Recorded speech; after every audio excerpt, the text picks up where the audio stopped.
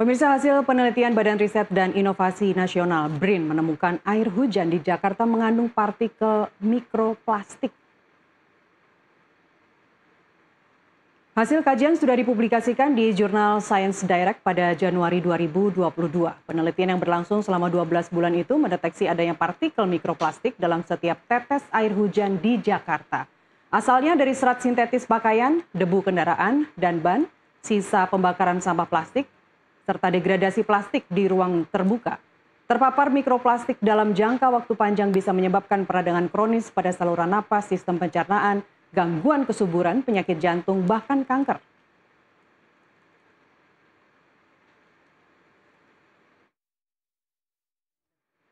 Pemirsa, lebih jelas soal penelitian BRIN dan dampak mikroplastik bagi kesehatan, kita tanyakan langsung ke para narasumber sore ini yang sudah bergabung melalui Zoom. Ada peneliti ahli utama oseanografi Badan Riset dan Inovasi Nasional BRIN, Profesor Muhammad Reza Cordova, dan juga sudah tersambung melalui Zoom praktisi kesehatan masyarakat, Dr. Ngabila Salama. Saya ke Profesor Reza dulu. Terima kasih Dokter, Prof sudah bergabung malam ini. Saya ke Prof Reza dulu. Ini hasil penelitian sudah sejak tahun 2022. Kenapa baru terdengar sekarang dan bahkan Gubernur Jakarta bilang baru akan dipaparkan secara transparan ke publik? Apa yang terjadi, Prof Reza? Baik, terima kasih. Sebenarnya memang saya juga agak sedikit bingung, tetapi mungkin sepertinya hal ini terjadi karena adanya isu yang iklim sekarang lagi meningkat, apalagi beberapa pekan terakhir ini kan kita ketahui bahwa suhu panas ini lagi tinggi, terus kemudian banyak penyakit yang diakibatkan oleh suhu tinggi tersebut, ditambah dengan cuaca yang memang agak kurang menentu seperti itu. Jadi sepertinya sekarang sedang dicari apa kira-kira penyebab dari dampak kesehatan yang timbul. Salah satunya memang dianggap selain debu, polutan dan lain, yaitu salah satunya adalah mikroplastik.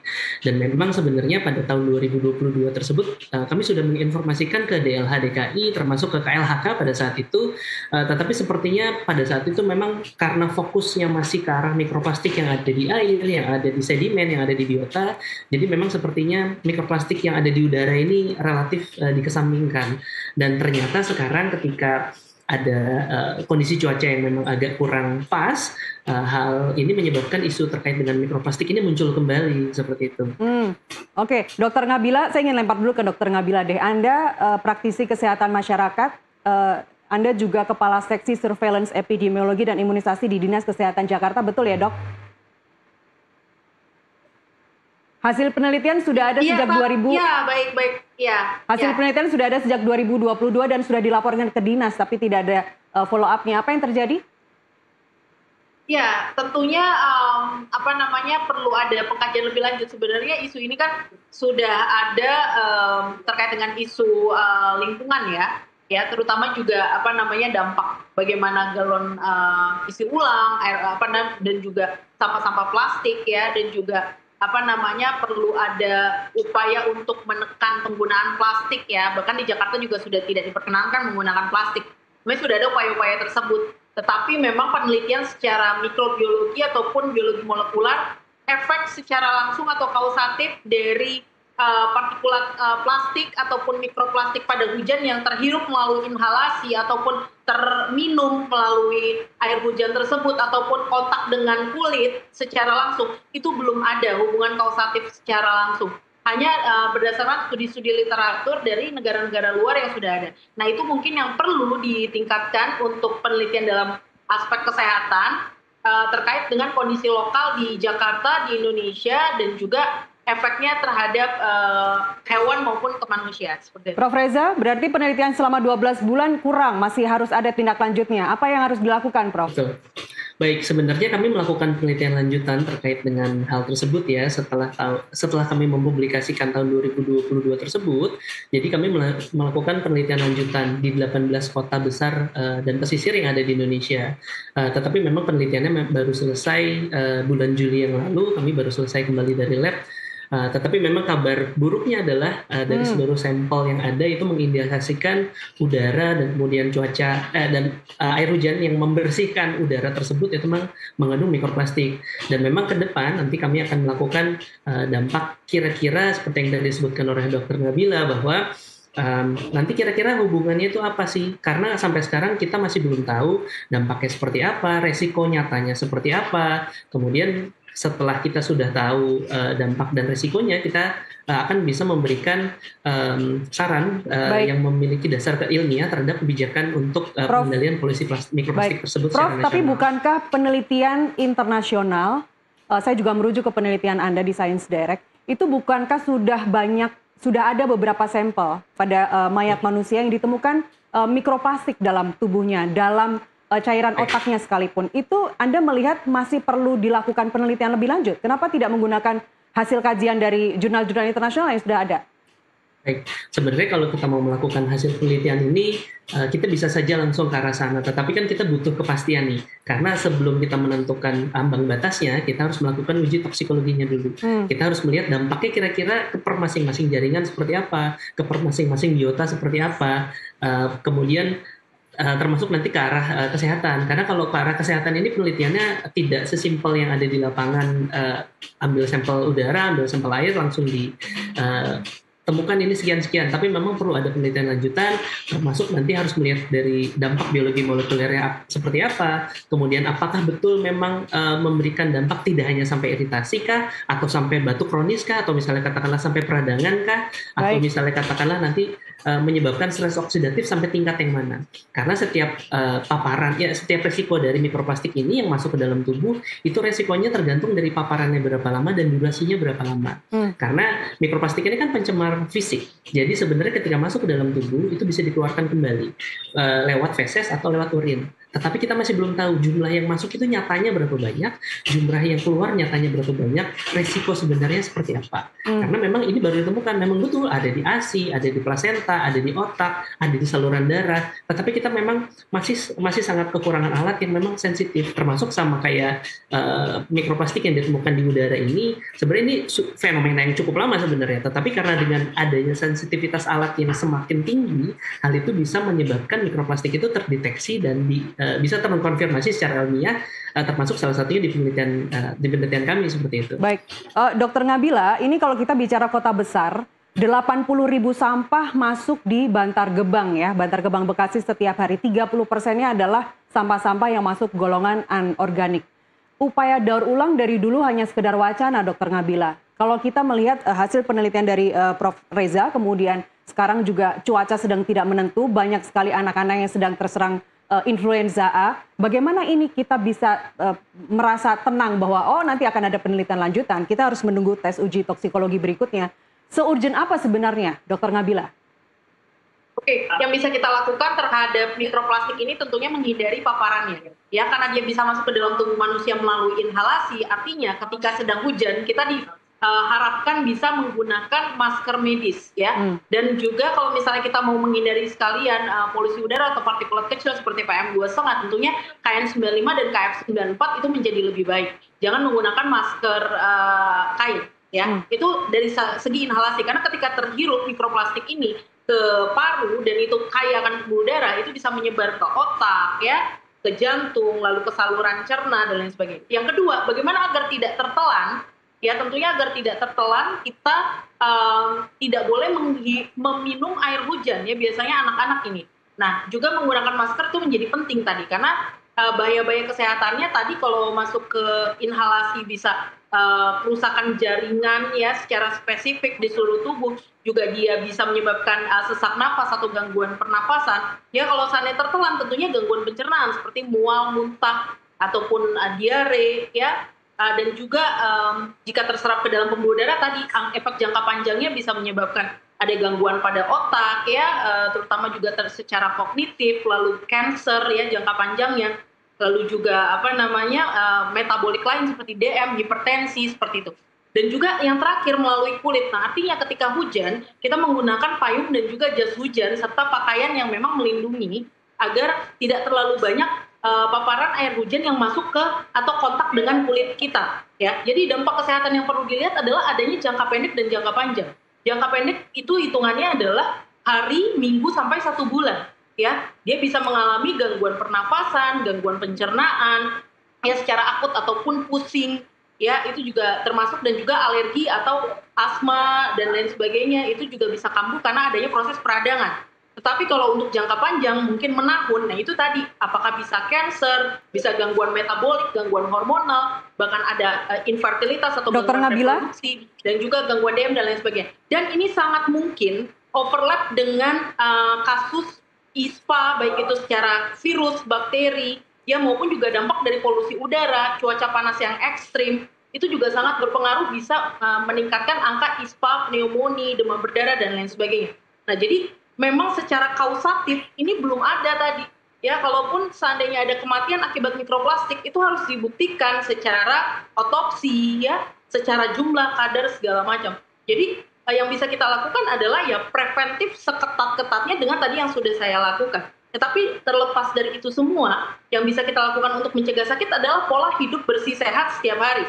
Artinya bersih diri dengan rajin mencuci tangan, memakai masker, vaksinasi influenza dan juga 15 imunisasi gratis dari pemerintah, dan juga bersih lingkungan artinya kita harus menjaga lingkungan terbebas dari perindukan-perindukan jentik, nyamuk, virus, bakteri, ya, cacing, kecoa, tikus, dan lain sebagainya. Itu sangat berbahaya. Dr. Dan menjaga Nabila? ventilasi udara dan cahaya kita bagus di rumah. Dr. Nabila, kita harus menjaga kebersihan, tapi di Jakarta aja pembuangan sampah yang open dumping masih ada di mana-mana, Dok. Betul, itu memang menjadi PR bersama, ya, apalagi ada belum sepenuhnya ODF, itu bisa tercemar antara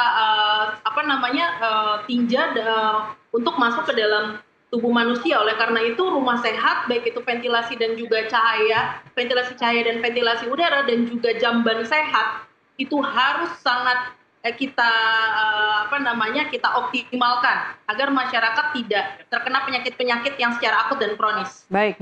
Saya ke Prof. Reza. Prof, BRIN mengingatkan masyarakat untuk tidak meminum langsung air hujan ya. Tadi sudah disebutkan juga oleh Dr. Nabila.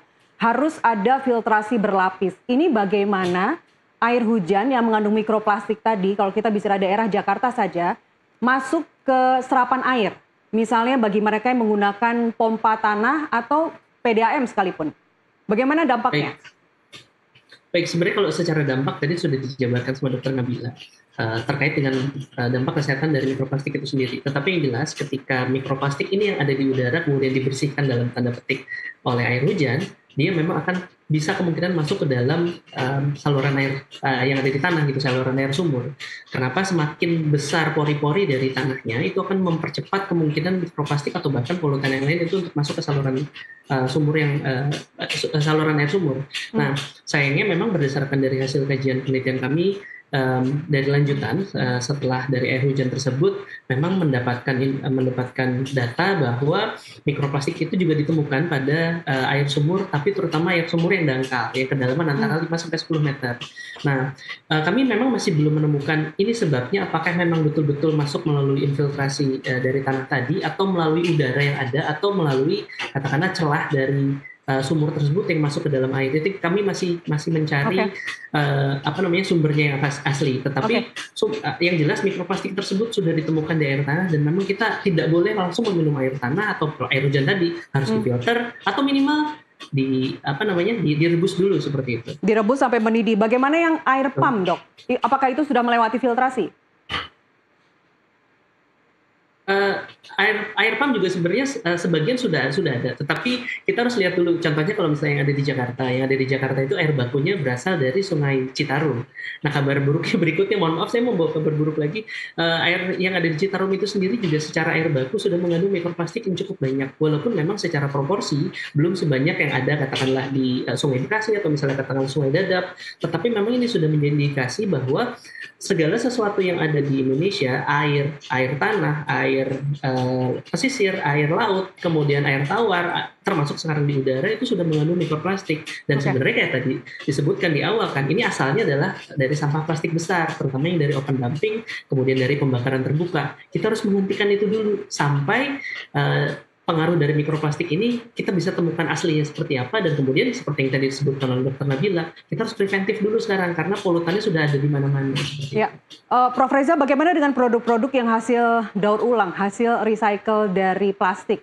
Misalnya saja kalau tadi di awal saya sudah menyebutkan ban mobil, ban kendaraan begitu ya. Kemudian juga kan ada untuk campuran aspal yang digunakan oleh Kementerian PU. Kemudian juga ada di pakaian sport terutama sepatu lari sekalipun. ketika itu barang-barang yang merupakan recycle dari plastik dan digunakan, kemudian hujan, apa yang terjadi? Baik, kalau untuk yang pertama yang jelas semakin banyak friksinya, semakin banyak gesekan itu akan mempercepat kemungkinan fragmentasi atau pecahan dalam tanda petik dari produk plastik itu. Nah, memang kita harus betul-betul selektif dalam memilih produk.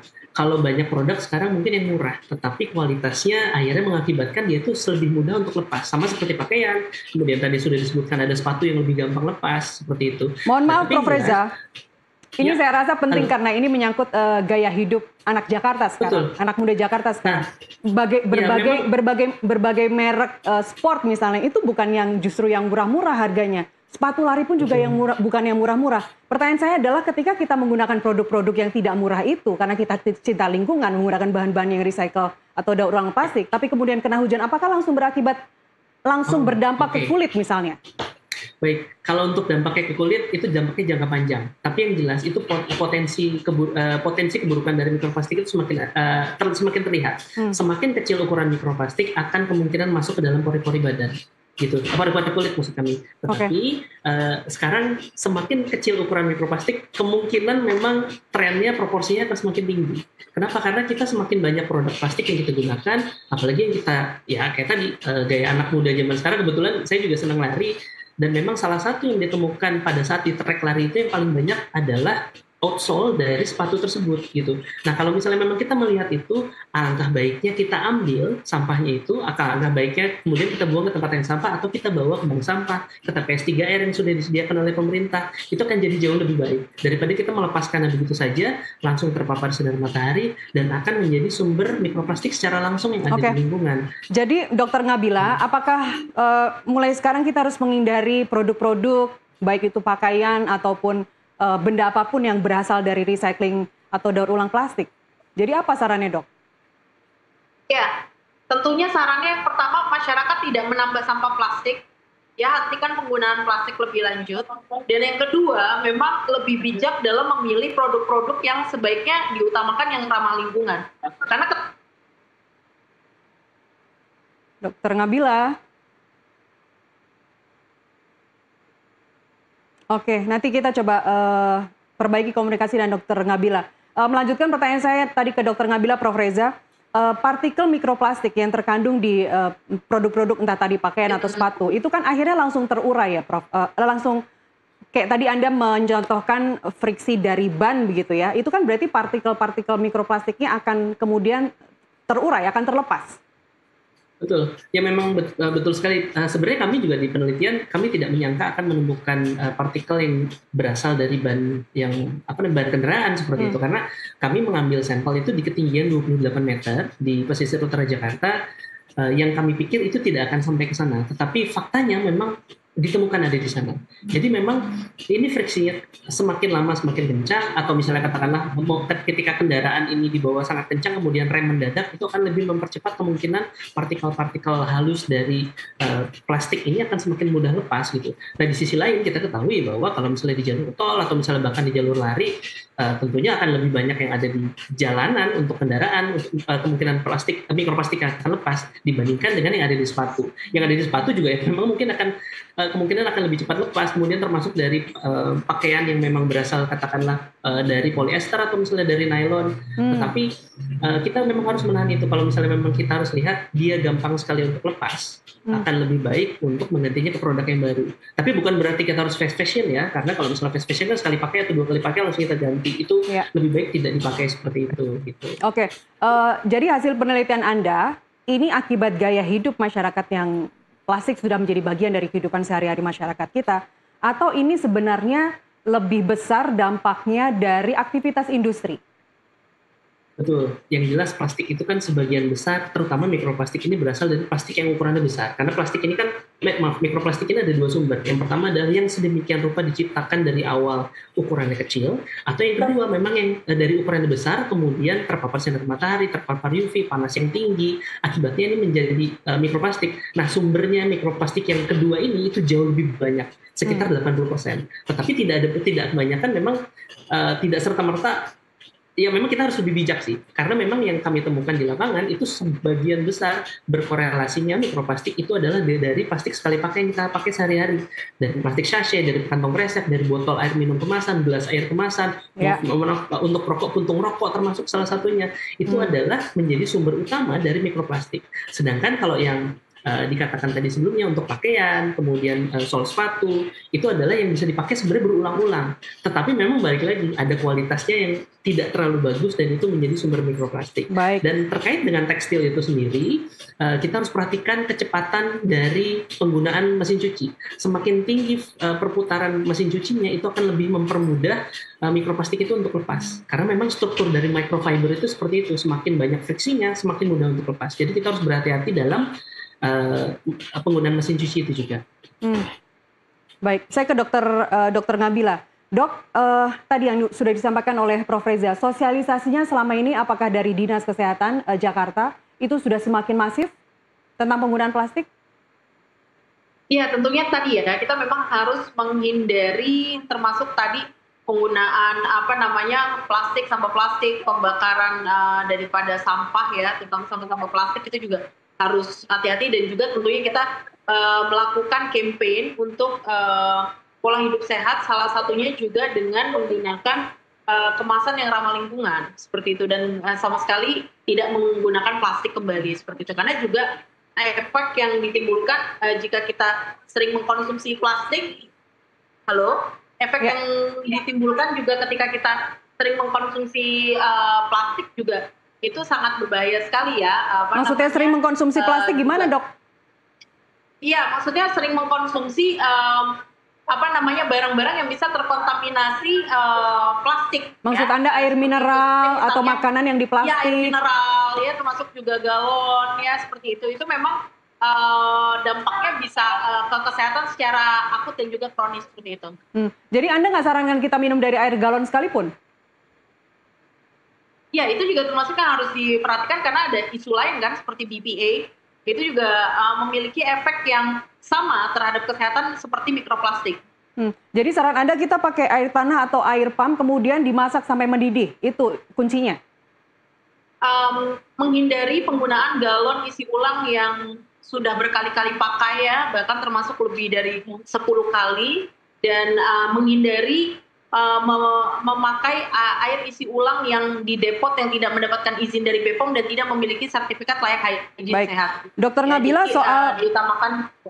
soal pembatasan kantong plastik yang di supermarket misalnya, pembatasan kantong plastik, penggunaan kantong plastik, itu sampai sekarang evaluasinya seperti apa, Dok? Hasilnya seperti apa?